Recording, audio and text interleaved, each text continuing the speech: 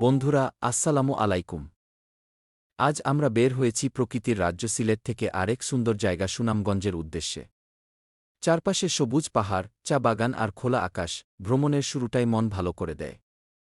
সিলেট শহর ছেড়ে যখন গাড়ি এগিয়ে যায়, রাস্তার দুপাশে দেখা যায় সবুজ মাঠ, ছোট ছোট গ্রাম আর শান্ত নদীর ধারা।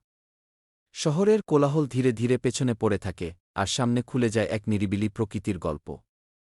কিছুক্ষণ পর পর চোখে পড়ে হাওরের পানি, নৌকা আর দূরে মাছ ধরার দৃশ্য। বাতাসে এক ধরনের শান্তি, যা শুধু এই অঞ্চলে এলেই পাওয়া যায়। মনে হয় সময় যেন একটু ধীরে চলে। সুনামগঞ্জ মানেই হাওর আর বর্ষার রূপ। বর্ষাকালে চারপাশ শুধু পানি আর পানি, আর শীতকালে সবুজ মাঠে ভরে যায় অঞ্চলটা। পথে যেতে যেতে টাঙ্গুয়ার হাওরের কথা মনে পড়ে, যেটা বাংলাদেশের অন্যতম সুন্দর প্রাকৃতিক স্থান।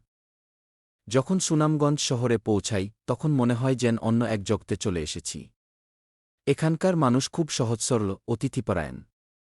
স্থানীয় খাবারের স্বাদও আলাদা, ভাত, মাছ আর গ্রামের ঘ্রাণে ভরা রান্না। এই ভ্রমণ শুধু এক জায়গা থেকে আরেক জায়গায় যাওয়া নয়, এটা একটা অনুভূতি। প্রকৃতির কাছাকাছি এসে নিজের মনটাকেও নতুন করে খুঁজে পাওয়ার সুযোগ।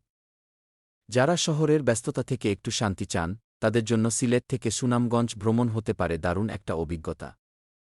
বন্ধুরা, আজকের মতো এখানেই শেষ করছি। ভালো থাকবেন, সুস্থ থাকবেন। আল্লাহ হাফেজ। সুনামগঞ্জ মানেই হাওর আর বর্ষার রূপ। বর্ষাকালে চারপাশ শুধু পানি আর পানি, আর শীতকালে সবুজ মাঠে ভরে যায় অঞ্চলটা।